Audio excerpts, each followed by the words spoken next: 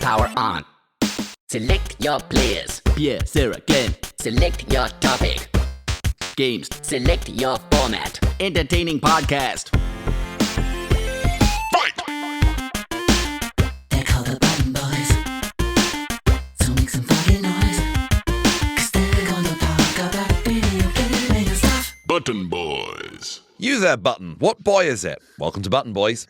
I'm Glenn Moore, joined as ever by Pierre Novelli and Sarah Keyworth. How are you both? You there, Button. I don't like it. You there, boy, what To refer to someone as a button, especially because we know what the Reddit Button Boys means. Yes. Yeah. But it is a micro-penis community. You there, tiny penis. Yes, Yeah. referring to someone as a button, especially out the window as well. What boy is it? An old Yeah. Victorian in a top hat, just heckling you as a button on the street. Heckling a child. Yeah. So he's probably right. I wonder if they know about us. Does Ebenezer Scrooge... Oh, right, sorry. Do the Victorian children with micro how- penises know about us? How aware are the micro-penis community about this comedy video games podcast? Yeah, and have we made any long-term fans? Because they go, at first I was just, I clicked on it by mistake. Yeah. Yeah, I but came for the penis. I but stayed look- for the japes. So many have joined the Discord and under what are we playing are just like, with my dick, what do you mean? Like, that's obviously that. It's every week. Well, on the subject of what have we been playing, what have we been playing? I think I've figured out a way to play Terry and Victor without wanting to shoot myself in the head. Well done. Well done. There is... War is over. As in war is happening. yeah.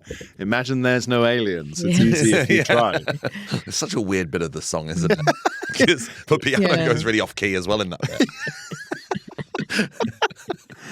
It's such a short song, but that's a really weird bit. Got Yoko laying Imagine an egg. there was no... We stayed in bed for 7 days because we were frightened. It was on the roof. Yeah. That, much like the game Civilization, all of the civs, as far as I'm aware, 4, 5, and 6, I haven't played the other ones. There is a kind of fast-forward-y mode Okay. that you can play the campaign in. So it's like, it's the same game, but the things take half as long. And it's much easier. Because the speeds don't quite match up with the increase in difficulty. Because I was looking on Reddit, and they were going like, you start the game in 2026. Okay. And, Year of our Lord? Huh? Year of our Lord. Sorry, yeah. Anno Domini. What do you mean, our Lord? MCC. Who's our Lord? Christ, of course. Imagine if that. Yeah, Imagine that if the podcast immediately became a Christian gaming podcast. Incredibly strict. Christian gaming podcast. What would that even... What have art been playing? No? Yeah. That's how all Christians famously talk. Yeah. Yeah. From the past. Yeah. On Reddit, they'd be like, well, of course, you should be taking out your first alien mega ship around 2029. And I'd be there sellotaping fireworks to a tin can in like 2035. And just like... No. Where do you see yourself in 5 years? Yeah, well, trying to put Not there. trying to put uranium inside a firework, going, is this good? Well, aliens just going like all around me. Oh, please. So I was like, how? Yeah. They were playing on fast forward mode.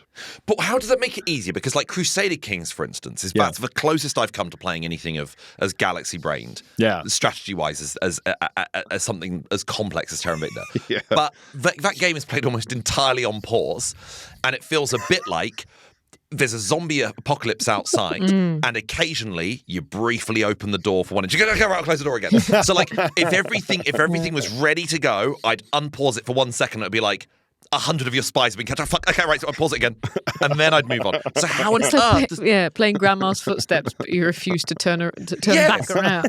Running away. So how on earth does playing it quicker make the game easier? So I'm not talking about the fast forward medium speed pause. Right. Because that's there all the time. Okay. Like Crusader Kings. I'm saying instead of 200 research points to get the blah blah, it takes 50. Yeah. Okay. You've lost me. So like, you know when you upgrade a character with XP?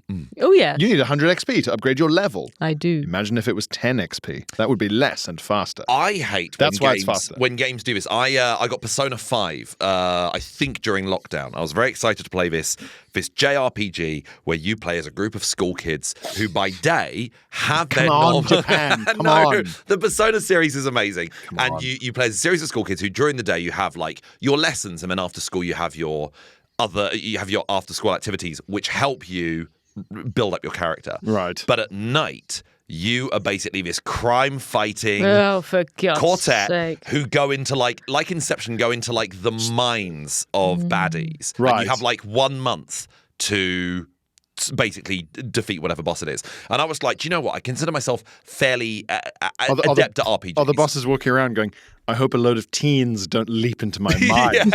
I hope they don't find what's up there. You'll never believe who the first boss is. It's a problematic PE teacher.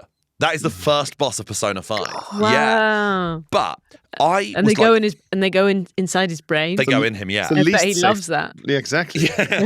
Least safe This is place. exactly what I hoped you'd do, kids. It's a great game, but I thought, you know what, I'm going to play it on hard. I want the proper experience of this. And I found out halfway through, I was like, I don't have time to ever do any of like the fun activities of like going for dinner with friends in the game or like doing sports activities and stuff like that. Teenager has time. No, but you know what I mean? Like, because it's like a social sim. The phrase "going for dinner with friends" in the game is so devastating.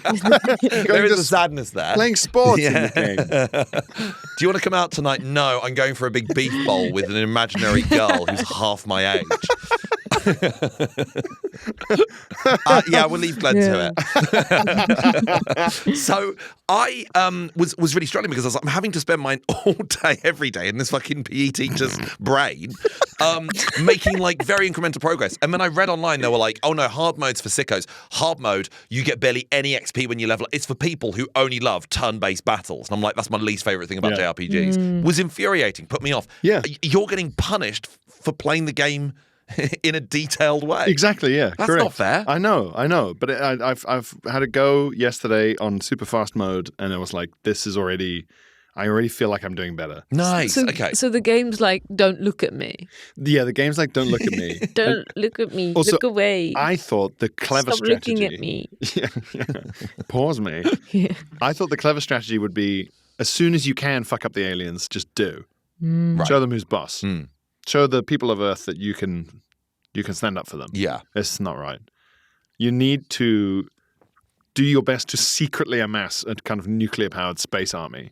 Okay. And by- Whilst pretending you're not as powerful as you actually Yeah, are. exactly. You So want to North Korea it. Yeah, I'm going around the Earth going, God, another big crazy blue salamander fucking up downtown. Oh well, back to my not bunker to not build more ships. To that. That's Okay. the strategy apparently. So Okay. we're trying that out. Okay, well that's good. I'm glad. Maskirovka. Yes. I have been playing Resident Evil Requiem. I believe was one of the games It's a new game. I chose as my most anticipated of the year. New release. Sarah, you were in the lead in our Metacritic game. I know. Because Mugenics came out to like more than 90 on Metacritic. and I'm very upset that it's only on Steam and I haven't been able to play it yet. I know, but it doesn't look like it's too demanding on like a laptop. I feel like you could play it on like Windows 95 because yeah, it looks like a flash without card. blowing something up. Yeah. Yeah. I was very excited to play Resident Evil Requiem. It is everything I wanted it to be. Capcom are so generous with Resident Evil games and have been especially over the last 10 years. Since about like 2017, when they sort of rebooted the franchise of Resident Evil 7, which was like the Louisiana Mansion one that you played. Yeah. They've been Played doing is a strong word there. in which you made your way through the intro of. They've been I walked alternating. round the back of. Yeah, you saw the sights. They've been doing these brand new Resident Evil games where it's like a first-person protagonist, and then in between releases have been making third-person remakes of the classics ones, like all the classics like 2, 3, and 4. So this is the first like mainline Resident Evil entry in about basically 5 years. And in this one, you basically play as two separate people. You play as Leon Kennedy, who's been a mainstay of the series, and it's good to see representation for aging twinks, because that's Leon's whole thing. Twink death. Scarier than a zombie apocalypse. He looks like every 90s boy band member now. Oh, Really? no. Yeah, he does. He's still got like the very soft hair, but looks a bit more grizzled. And age-wise, I don't think it makes any sense. He's meant to be like in his 50s, and you go, no, you're still like, I know 32-year-olds who look worse. Like you look great. Let's put on any weight. Not at all. This is Okay. still like gymnastic Leon Kennedy. Oh, yeah. There are different tiers of 90s boy band members now. Yeah, Yes, say. absolutely. No. This is someone who like He looks like Ronan Keating, is what you're Ronan saying. Keating, JT. That's Yeah. that's the level we're sort of talking. Doesn't look schlubby. No. And it's basically dual protagonists. Resident Evil 2 allowed you to play as two separate people, but you had to be like, am I playing Leon Kennedy across this entire run through, or am I playing as Claire through the entire run through? What this game does is some of the game is played as Leon Kennedy, and some of the game is played as Grace. Grace, who is a brand new character, an FBI agent. And the game basically asks you at the beginning, we've got a few perspectives in mind. Can we just take you through them? When you're playing as Grace, they want it to be in first person. When you're playing as Leon, they want it to be in third person. Because Leon, from like Resident Evil 4, is all action-packed, all guns blazing, has a fucking machine gun, loads of bullets, and it's a real like action horror. You want to see his legs? You want to see his legs, you want to see his butt, you want to see his shoulders. Grace, on the other hand, it's first person. She has like a dog shit tiny inventory. Can't like she's an FBI agent, but she's only got like a limited number of bullets, and she is really scared in this asylum where this game is predominantly taking place. But the game switches between the action seamlessly. It's two completely different genres of horror, both playing at the same time. It's excellent. The zombies are done in such a unique and different way, or unique for the Resident Evil series. In the past, I always feel like Resident Evil, they start with zombies, and zombies are great. And I always think zombies are scary. And then what happens is I feel like Capcom get a bit bored halfway through and they go, people aren't going to be scared of zombies anymore. So what if we just made like really big zombies? And you go, no, tall isn't scarier. And what they've done this time is like the main enemy consistently is zombies. And they're like talking zombies, kind of. They've still got like semi-memories of what they used to be. So it's a bit more like Bioshock, really. Where Talking? Yeah. I thought you said Tolkien. No, yeah. No. Hairy feet, very small. Tolkien. But they're Tolkien zombies. Talking. But it's What are you fucking talking a about? bit like Dawn of the They Dead, where come like in, they go, all right, where the zombies like go back to the shopping mall because that's where they always used to go. give us a taste of your neck, love. This is kind of like, the zombies are still like in the old headspaces and roles that they were doing in the past. So there's like a weird opera singer zombie, basically. Oh, cute. It's great. It's so good. Good for them. Yeah. Pavarotting. I am having Juicy brain. I'm having such a good time with this. My only issue with the Resident Evil series is it tries not to take itself too seriously. And I'm like, no, have faith in yourself. Zombra. You are scary. Stop trying to undermine it with a little joke. They sometimes have a habit of doing that. I'm like, no. Make it scary the whole time. Don't wink at me. It ain't over till the dead lady sings. That works. Something like that. Yeah. Something like that. I am having a great time. It's just what I wanted from a Resident Evil. And it is scary as well. It's really scary, and it mixes nicely with the action-packed stuff. What's the scariest job you'd see a zombie do? Clown. Yeah, They're already scary, though. So it's a bit of a Yeah. hat on a hat. Yeah, so you want something subtle. Ombudsman. yeah, Ombudsman. Let me mediate between two companies in a legal dispute. Like, is that spooky? you're both wrong. Yeah. Any job that's supposed to be nice, right? Like, that's why the nurses. Clown. No, like caring nice, not fun. Yeah. Nurses that were obviously Safe. done in Silent Yeah. Hill. And obviously this takes place in an asylum. They've obviously had this conversation. An opera singer is kind of up there, isn't it? Yeah. It's pretty freaky. Yes, freaky deaky. Or when the clothes are like fancy and around a zombie, it's kind of a horrible combo. Fancy clothes and suits, I really don't like saying. Like zombie in shorts, I'm like, oh, you're fine. You're silly. Yeah, silly Billy. I can kick PE those little teacher's knees. probably up there, actually. Zombie pieces because you know they're athletic. Yeah, a horrible whistle around their neck. Yeah, whereas what 28 years later did was just like, okay, no clothes. What if you could see their dick? And you go, that is a lot scarier. Yeah, that's That is so much horrifying. You see scarier. their dick flapping as they sprint at you. Yeah. That's true. They'll catch the death. Okay. Absolutely catch your death Yeah. again. You'd think, wouldn't you, in that movie where they're just naked all the time and they're in North Yorkshire, and you're like, so winter will.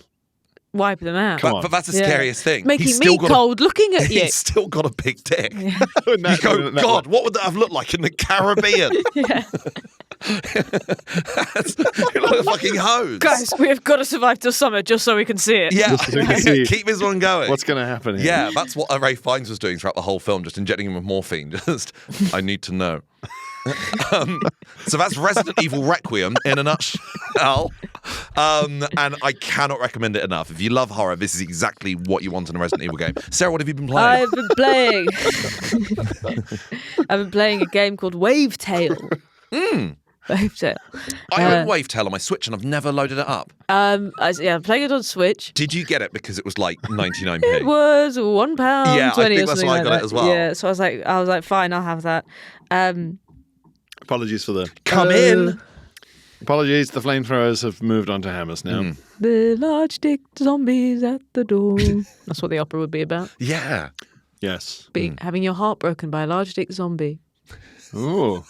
These sound like lyrics. Yeah. Yeah. Why has my lover forsaken me? He doesn't want me. He wants brains. Wavetail. Wavetail. Yeah, I'm going to read the description out because I'm having a good time, Okay.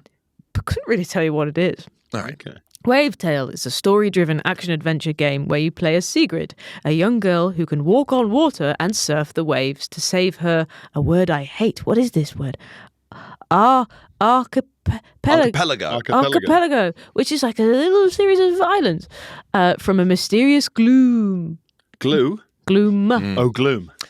I think we were forced to learn the word archipelago from Age of Empires 2. Correct. Yep. That's exactly what I was going to say.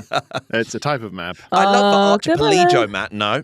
That's what I was almost going to say, but I knew I was wrong. Archipelago. It's very sweet. It's anime-esque in its appearance. Yeah. You're Sigrid. She's got blue hair. She lives on an island with her grandma. This gloom seems to have happened before. It seems as though it's like there was a world in which you could walk around, and this has been sort of overrun by water. Because the first thing that she says is, "I've heard of the freedom of being able to walk wherever you want to go." Is the gloom like fog? Yes, it's a fog. I think they describe it as a fog. Okay. And then the gloom arrives, and you have to collect things called sparks, which don't look like sparks. They look like blue blobs with your big spark net to power things. You use these to power things. Mostly, I'm really enjoying the dynamic mechanics of the game. It's a lot of like very satisfying double jumping, dashing, grappling. Are you surfing? I'm surfing. Is it third person? It's third person. Yes. Okay. And it's just it's very dynamic and fun. Yeah. Gameplay wise, I'm like this could sort of run out of steam a little bit quickly in that like it feels more style, less substance. But I'm enjoying just being I'm enjoying doing the surfing. But it's not surfing as in like you have to wait and catch a wave. It's like you can just move along the water, almost like you're ice skating. It's a speedy. skateboarding game essentially. No, in terms of how the surfing works. How you the go, surfing I'm on a works. skateboard. Yeah. I'm gliding. Yeah. I'm gliding, and I can jump, and then I can grapple onto something where I have to climb up and get the sparks from this place. A lot of it at the moment, a lot of the objectives are go to this place, collect 4 sparks, and then you can use that to save the person on that bit of the island, and then go back to your grandma and fill this thing full of sparks, and it'll power something. Are they enemies? Yes, there's these little sort of globular black enemies that you have to bash with your net. So they're like kind of fog goblin-y things. goblins. Yeah. And sometimes they Foglins. like overrun people. So there's a guy who drives a boat, and you have to go and save him. And he's like, "Thank you." Was he like covered in He's covered in it. creatures? Yeah. But it's not dark. It's very like This sounds like such a Nintendo Switch game. it's I don't know about very you. Nintendo Switch. I wish list every game I'm interested in playing, and over the course of a few months, we'll whittle it down and being like, no, that's on my PlayStation wish list, and that's on my Nintendo wish list. I cannot fathom playing this on a big TV. No way. way. This is for a train. But it's I think I'm mostly just a sucker for a grapple. Interesting, because you hate climbing. Oh yeah, and grappling is the opposite of climbing. Yeah, it cuts out the middleman. You just shoot all the way up. Yeah, Oh, I see. Yeah, my lack nice. of patience of just Which is why you like Spider-Man. I love Spider-Man. I like the dynamic movement. Yeah. I enjoy it, and you don't have to earn the grapple. You just have the grapple right from the start. It's good. Button Boys. Well, after that round, the points go to Pierre. Now, our main subject. Somebody's been mocking some weeks. How gonna many blow weeks my have you nose. mocked so far? This, at the time of this going out, 3 for this series. You've mocked 3 weeks. Yes, and you'll have mocked 2. How do you sleep at night? These poor weeks. That poor Vladimir Putin. Yeah. Getting it in the neck from her. One of those weeks has killed themselves. There you go. How do Hope you feel you're about happy. Oh, sorry, I thought you meant like one of the people we were talking about on Mother Week, and I was like, Not yet. Yeah. At the time of recording. Not yet. Yeah. If you know what I mean. No, because if anything does happen, you are suspect number one. What PR though? Because I the put my nose on a podcast. podcast. You just have to say to everyone, "Oh, we've hidden clues all through the Button Boys episodes." Every week we should record an emergency. Someone's killed themselves. Yeah. Just in case. Because then we can put it out and say we predict. When I used to work as a newsreader, It's a cynical PR. it was so utterly surreal because every big news organisation like Sky News and the like have just dozens and dozens of pre-recorded obituaries ready to go Yeah. of people talking sensitively about celebrities who are nowhere near dying. No way. It's really strange. Weird. Yeah, and you'd listen through to them and be like, oh yeah, I can, because sometimes they'd even had like a cause of death, like his head exploded or whatever. So it's interesting when they print an The obituary. king's head has exploded. When they print- But it's like 5 years out of date. well, they print an obituary, and it's like I've seen a few where Bruce Forsyth, and also I think who's the I'm sorry, I haven't a clue. Just a minute. Nicholas Parsons. They like outlived 3 of their obituarists, which also had to be printed with the obituary. Where it's like, the first version of this was written by so-and-so, who passed away in 1992. Wow. Because like, he's so old. But all of them were murdered as well. Died in a mysterious circumstance. beaten to death with a Radio 4 microphone. Yeah. Very creepy. Very creepy. Our main topic of the game is Imagine actually... meeting somebody who was preemptively writing your obituary. Yeah, I've been reading a lot about you. yeah, all sad things, I hope.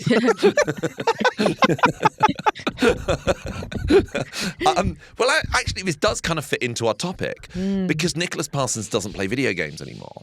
And I guess our topic today is kind of, has there been a period of life where you were like a latched gamer and what got you back into it? Producer Ben's head in his hands. Because we get loads of lovely messages from people who listen to the pod My brother-in-law saying, and they don't play anymore. Yeah. And they play vicariously through listening to the podcast, or maybe it's something that just isn't part of our life anymore, but they like to reminisce about that sort of thing. And sometimes people want to try and find a way back in but don't really know how. And I just Where want to know start? Yes, and I want to know if there was a period of your life where you were out of it, because I feel like lockdown for you, Sarah, was a time where you got back into it. Yeah, I was back into it pre-lockdown. Basically, I think mine was entirely owning a console dependent. Yeah, that'll do it. That'll do it. It's hard to play a video Just game tapping chin when you don't have a If only video. there was an easier way. Yeah. I mean, I suppose I had a phone, but nah. So I got my PlayStation 4. What year would that have been? Maybe 2018, something like that. Okay, that's quite But I late in the had a cycle because it came out in big- like 2014. Big break, maybe like sort of 5-6 years. Basically, the sort of university, post-university starting comedy period where you have no time or energy to do anything because you're just slogging away at gigging and also having a job at the same time. And no money to spend on fun things like No that, especially when a money. game costs upwards of £50. Yeah. Yeah, exactly. Yeah. Have you ever met an open micer who plays video games? You go, okay, someone's dad's doing well. Yeah, someone's paying your rent. Yeah. That's insane. Or you've got an insane day job. Yeah. So I'm a lead something or other at like Deutsche Bank, but I'm trying to do open mics. Yeah, and you go, don't do comedy. Trust me, your life will be so much nicer. Yeah, I'm the guy in the film who's like traveled back in time to tell you not to do Yes, this. yeah. You need to believe me. Yeah. We don't do well in the future, you and I. Yeah, you will end up in a shed You'll be A a shed. shed. There'll twice be a week in a There'll shed. be a flamethrower outside. I stopped for a while pre-COVID because even pre-graphics cards becoming expensive because of Bitcoin, essentially. Yes, because you being a predominantly PC person. Yeah, so that would mean that every year, every new game was like 50% more RAM required, a new graphics card. It was always... I've never been a PC gamer specifically Yeah. because of this. It's flatlined since. Actually, it's a good time to be one in the sense that because no one can afford new graphics cards, the gaming companies have had to stop that fucking upgrade cycle. But it meant that like, I would get a new graphics card and install it in my PC, and then maybe I'd install some more RAM. Because it's not that hard. You just click it into a board. It looks fancy in there, but it's not. And you'd be okay for like 3 years of releases. And in that time, it would just go so high above that you'd be like, I need to just play old games. Yeah. for like 5 years until I've built up the necessary capital. Hmm. Then you get another burst of 5 years. So I would always be playing games late because I'd be trying to save money. Phone. Exactly. Yeah. Exactly. Oh, God, yuck. Exactly. Yeah, I've got 2 days worth of text messages because I've put £10 in my phone. Like it's petrol. It's horrible. So when lockdown happened and everyone was talking about Twitch streaming and stuff, I thought, well, if I do Twitch stream, I can kind of like justify buying a decent gaming PC for work Yes, tax deductible. as long as I do Twitch streaming and make money from it. And did you? I did. Ah. Enough money? Heavens no. But some. Yeah, you played Stardew Valley. Stardew Valley, Warzone. You Twitch streamed Stardew Valley. Mm-hmm. This does not seem like Soothing. you at all, Pierre. No, I do like that game though. It's very soothing. Yeah, it was very unlike you to play it, but you did play it quite a lot. It was your Kind of person were you on Stardew Valley? Kind and generous. My younger Charity. sister, Charity. My younger sister played Harvest Moon all the time growing up, so I was very au fait with the dynamics of Stardew Valley, and it was as nostalgic for me in a way because I'd seen so much of Harvest Moon on PS1, I think. But that got me back into it because I was like, oh, there's like 11 games from the last 3 years that I haven't been able to play because I never had a good enough setup. So I was just going back through this kind of time travel thing. I was like one of those people that like wasn't allowed this or that growing up, so they go mental for it when they're like 25. But I always find that terrifying because you go, I now don't know where to begin. There's too many things to play. I would end up what I was doing when I first got an Xbox. I got an Xbox end of 2022, I think it was. And I was like, if I've got 2 hours of playtime, what I'll do is genuinely like Don't like that. half an hour of 4 games. And it was such a dumb idea because you're like, okay, great, I got to sit through 4 tutorials today. And when it came to stuff like, okay, I've never owned an Xbox before, so I've never played Halo before. Do I start with Halo 1? Yeah. Or do I go all the way to Halo Infinite, which only came out the previous year?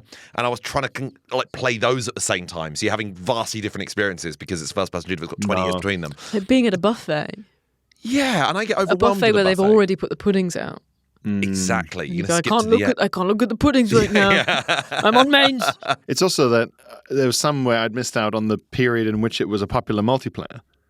This is my These fear games die out with know? Ark Raiders. I Yeah. know I've not left it too late for Ark Raiders, but that's so like in the conversation. I was talking to the comedian Jamali Malik's about this a few weeks ago, and he plays regularly, and he was like, it's getting better and better and better. But I'm putting it back and putting it back and putting it back, and I know Why? For why?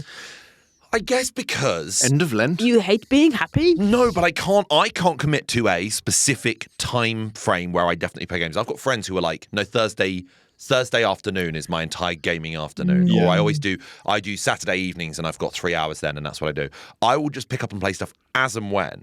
So the idea of sitting down, knowing that like, okay, right, I've got like decent internet connection, no interruptions. That's the trickiest thing. I just don't know. I'm like, if I do play it and love it, I'm like, great, can't wait to try that again in an hour for an hour in 2 weeks' time. Because so much of the stuff I play is like on handheld in bed or just on the tube. There's actually very little that I'm playing like sat down, fully locked in. You play games the way Stephen King says people should read books. That's exactly it. That's 100%. That's how I always tell people Queue to for get the back post into office. games. You can get your book out, have a little read. This is why we did this episode of mobile games, because I'm like, there are so many games that you can play out and about. I find it strange, actually, on the subject of having played Resident Evil Requiem, my options today when I bought a physical copy were PS5, Xbox, or Switch 2. No. And they're advertising it on the tube and on buses and stuff. You play Resident Evil in your hands on the Switch 2, and I'm like, that either A, it won't be scary, and what's the point? Or B, it is scary, and you shit yourself in public. What's the benefit? What is the benefit? I can't imagine seeing someone being frightened of something handheld. They're afraid of a tiny newspaper or something. Yeah. They took it back in the case they have for it. With it. Zip it up. Put Do it not away. read from the Book of the Dead. I found this. I was playing a game last night on the tube where it involved the Switch's motion controls, and it was like, No. don't fucking make me do this right now. Don't make me do this. Don't make me front look of my like I'm trying to friends. drive the train. Yes, exactly.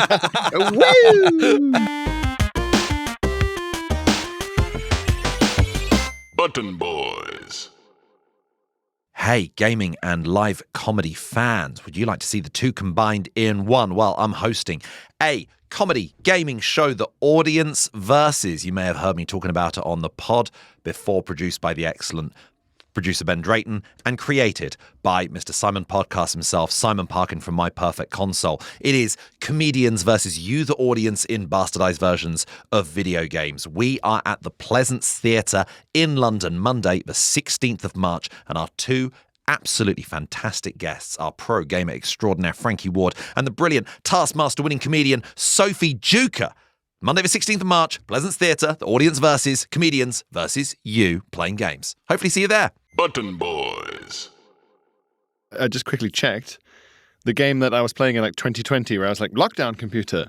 It's like Battlefield 1 from 2016. So, wow, so you had to wait 4 years to give Yeah. that a go. And that's a very of the moment game because it's got a multiplayer. Yes, yeah. Luckily, it was still very populated. But that was my experience. I think that's maybe why my attitude to games is like, squeeze every drop from the lemon. Like just, but what about eat the peel? Because I'd have to wait so long. Yeah, What, you're for snout another- to tail eating. Yeah. Yeah. I eat even the back end code. Even the patches. I eat the patches. I Yeah, eat yeah. all of You it. make All a of it. stock out of the patches. Yeah. Unlock individual artwork. Yeah, but you're not like a trophies collector or anything like that, are you? If the trophies refer to interesting things that I want to do anyway, then I'm very satisfied. Yeah, sure. By that. As opposed to complete it on medium, complete it on hard, complete it on easy. Don't care about that. Yeah. I think I did that with Red Dead. I loved that game so much. Yeah. Red Dead 2. I loved that game so much that I was doing the like fishing challenges And the plant or compendium. make it from strawberry to Saint Denis in 1 minute 20 or something. It's impossible. It's impossible. Hell Let Loose Online, I enjoyed the achievements of like...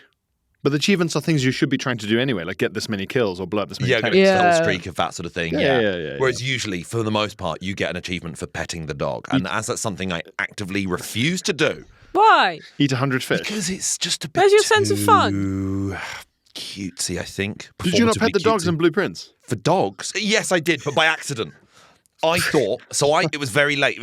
I encountered the dog kennel Very maybe late. like 2 in-game days before I completed Blueprints. Okay. And I saw that if I leaned over, I could interact, and I was like, "Will I pick them up and find a gem on their bum or something?" Yeah. And instead, it just petted them, and I was like, "No, I didn't ask. No, I'm twee. Oh no!" I was seeing if the dog had a bejeweled penis. So I didn't want to be nice to it. I spoke about this very issue on Press X to Continue, another gaming pod, and my issue with it was it has a time and a place in certain games, and in cute and cozy games, perfect. It's just very, very strange when it happens in a game where tonally, that's all over the place and you shouldn't be petting stuff, or it implies a level of interactivity that the rest of the game doesn't have. You go, right, I can pet this dog, but I can't open doors.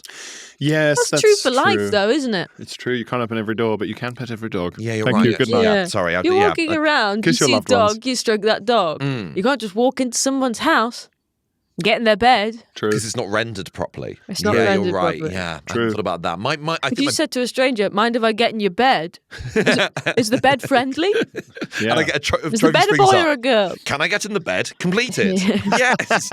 Except had, XL bullies. I think my biggest gaming gap was probably in the region of like 2013 to 2016. I don't remember. Big gap. I don't remember any games Huge gap. between Last of Us and Uncharted 4. I don't really remember playing anything. Maybe I think if Fallout 4 came out, What were you doing? Because you love games so much and you do so many. I was, but I also wasn't playing loads of games at that time. I was such a keen gamer when I was a kid, but I was restricted to a maximum of 1 hour a day, which is why, for instance, I couldn't complete Final Fantasy IX for months because the final boss through to the end of the end cutscene was just over an hour, and my mum would literally come in and just turn the PlayStation off. 13 to 16. 2013 to 2016, yeah. Yeah. So I was a huge fan of games when I was a kid, but But was you weren't living restricted. at home then? No, I wasn't. No, so I'm taking you through my Oh, I history. see, okay. So as a kid, loved video games, but also could only afford, say, maybe 3 a year And you're allowed an hour a day. and have an hour a day. Then when I went to uni, I started to play a bit more, but also couldn't really afford games because you don't want to waste your student loan on it. And then when I moved to London, I was working all the time. Yes. So it was kind of like a timings issue. So the Nintendo Switch in 2017 probably helped me play more games because I was like, oh my God, I can actually play this on the tube. Because what I used to do on the tube is if I was commuting from my house at the time to Sky News, it was an hour and a half there and an hour and a half back. So I'd watch 3 episodes of Game of Thrones on the tube. Because I'd start to get in which you could guarantee big pair of tits come onto your phone. Oh, yeah. In public. The second... As a school trip sits either side of you. yeah. A lot of flop and dong. Big floppy dongs and tits flying around. You said that in the intonation of Pink Pony Club, and I big floppy dong. Big floppy dong. I'm going to keep on waggling with my big floppy dong. So, dub that into Bone Temple. Please do. I had, I there was a big gap, 2014, 2015. Big floppy dong. Moon. I'm going to keep on running over. Yeah. I also had a PS3 and couldn't afford a PS4, and Sony used to be a lot more strict back in the day of once a new console comes out, we're not really doing I'm not listening, I'm just rewriting it. I'm sorry. Look What at have you that dog. It's a big floppy dog. And it flops on the club. flops on the floor. Yeah. So, Just a big dog. Sony used to be a lot more strict than they currently are about, like, okay, once the PS4 came out, the PS3 was so fucking obsolete that I had this console where I was like, there are no new games I can get for this. Yeah. So I got a PS4 in 2015, straight after the Edinburgh Fringe, with The Witcher 3, and I played that. But that was the only thing I played on that console for like a good year or so. I remember that. So that didn't sort of hook you. No, because I was then like, what else is there that's of the size and scale of Witcher 3? And everyone was like, no, that's graphically ahead. That's like so ahead of its time. Yeah. Nothing yet. So that just put me off. And it wasn't It's like the first car. There's no other cars. Yeah, it wasn't like when the PS2 came out as a It's kid. like your because first drug experience being cocaine. Yeah, you got in too high. You can't. Yeah, you need to start on Most something people really have poppers. cowpole and exactly. I have coffee now. Yeah. So when the PS2 came out, I was a regular PS1 gamer and watched with envy at everyone who had a PS2 and couldn't wait to get a PS2 because I was like, oh, this game and this game and this game. There was nothing I missed in those periods. 2014, 2015, I wasn't thinking about games. That's true in the console world. Well, I wonder. It'd be interesting to see if there was any big gaps in your... In the mainstream, indie games weren't a massive deal back then. So it wasn't like I've got this huge backlog of hour-long games like Journey that I really, really want to play. I think that's been part of the difference with the graphics cards becoming prohibitive, where indie games now, it's like, well, yeah, let's see how creative you can get with gameplay and not fucking constantly being like, yeah, the gameplay's the same as everything else you've ever played, but they have eyelashes now. Like that was the appeal. Yeah. I'm actually led in by when I see an indie game that actively looks shit. I'm like, let me at it. It must be brilliant. Yeah. If it looks this bad, they must have put their efforts elsewhere. You worked so much when you moved to London that it is like the biopic from the start of a story about like a dictator or maybe like an Elvis figure. I was like The Pursuit of Happiness. Yeah. It's haunting to witness. Haunting. Yeah. What got you back into it when you had your... Well, I told this story before. I was gifted the PS4. Oh, yes, of course. Yeah. So I don't even know if I would have gotten back into it in the way that I did Interesting. had it not been taken out of my hands. Somebody gave me a hit upon their crack pipe. We've spoken about like first game experiences and first things you ever opened on Christmas Day. What was your first PS4 game? First PS4 game from when I was gifted it. Little Big Planet 3. Yeah. Nice, okay. Yeah, I think I've talked about this before. Because it feels Sitting like a launch there title. It feels like a Christmas Day game. over the Christmas period, Oh, man. playing it alone in the dark. And then I was lent a copy of The Last of Us. Great, okay. Those two, as a combined effort, showed me the spectrum of how games had come along Yeah. in the years since because I think I dropped off playing games on my own as a sort of tween teenager. I've got memories of playing like San Andreas alone, having the PlayStation 2 like hooked up in my bedroom. And then I think became more interested in friends and and people didn't game in that way. But I would go over to friends' houses and they'd have like a Wii. Yeah. And we'd play Mario. But that was always like a social thing. That's not something I would sit at home and do. No, if doing a Wii on your own as it were. Yeah. Yeah, there is a so because it's lonely. so active. Yeah. I feel this way about It's silent, playing. silent flash, really sweating, You're making a really detailed me. answering the door to someone Yeah. dressed in little tennis gear, holding a weed, drenched in sweat. We solo bowling. Oh man, Getting a strike alone. That's more tragic than going solo bowling. I Yeah. think. Yeah, it is. Yeah. 100%. Oh well, no, I'd feel embarrassed to go solo bowling. No, I think if I saw someone People solo, look up, see one name on the screen. That's not Yeah. great. if I we bowling for Columbine had been on a console, you'd go, well, I mean, it makes sense, doesn't it? would like you have Clearly to, lonely. you have to tip the Wii to lean the microphone towards Marilyn Manson to interview him. Yeah, yeah. Yeah. Bowling for Well, next week's poster's sorted. Yeah. If I saw you bowling alone, as long as you were dressed like one of the Big Lebowski characters, like the people who take bowling super seriously, I'd be like, that person's an athlete. Yeah. They're here for They're training for something. This is training. I respect them. No, I If think you had a massive bobblehead and tiny body. Yeah, and an Don't. expressionless, benign face. I'd assume you were filming something.